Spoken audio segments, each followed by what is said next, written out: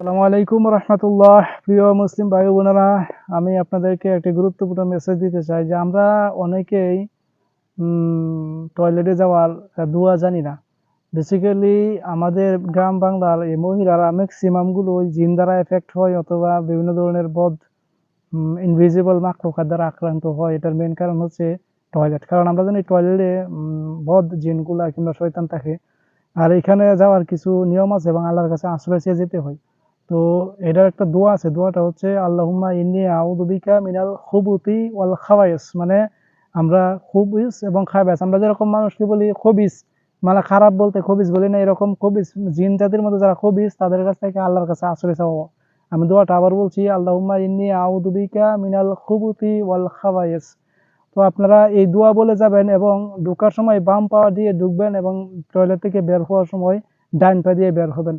তো এটা আপনারা মেনে চলার চেষ্টা করবেন এবং এটা আপনাদের অভ্যাসে পরিণত করবেন। তাহলে অনেক অজানা রোগ থেকেও বাঁচা যাবে ইনশাল্লাহ। তো আপনারা আমার এই মেসেজটা বেশি বেশি পরিমাণে শেয়ার করেন যাতে মানুষরা জানতে পারে। আসসালামু আলাইকুম রহমতুল্লাহ।